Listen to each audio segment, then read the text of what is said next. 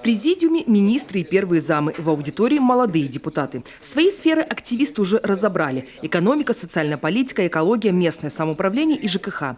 На первом же круглом столе диалог получается конструктивным. Начинающие законодатели пришли с конкретными предложениями, среди которых необходимость создания региональной программы по строительству служебного жилья. Чтобы какой-то фонд был при муниципальных образованиях. То есть приехал специалист, заселился, работает, семью создает, там уже потом решает, остается он на этой территории или выезжает дальше. Поддержка молодых специалистов стала центральной темой встречи. Сегодня на селе активизировалось частное строительство. Трудности семьи не пугают, а вот расходы порой становятся непосильными. И здесь не помешала бы помощь государства, например, в вопросах газификации. Само по себе строительство жилых помещений самостоятельно – это очень большие, колоссальные трудо- и материальные затраты.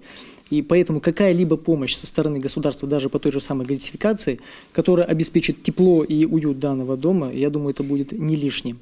Тем более, проведя анализ, мы пришли к тому, что вопрос газификации собственного дома занимает, и установка оборудования и тому подобное, не менее 25-30% от стоимости самого дома.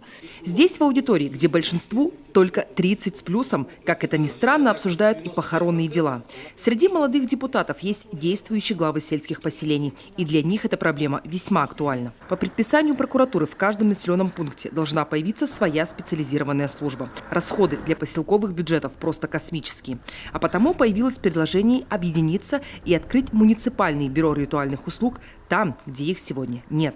Понадобится организовать порядка 8 человек, то есть штат, кроме директора, бухгалтера, работник, водитель, покупка специализированного транспорта для перевозки также этих погибших и трупов. И, следовательно, это будет порядка нескольких миллионов будет нагрузка на бюджеты.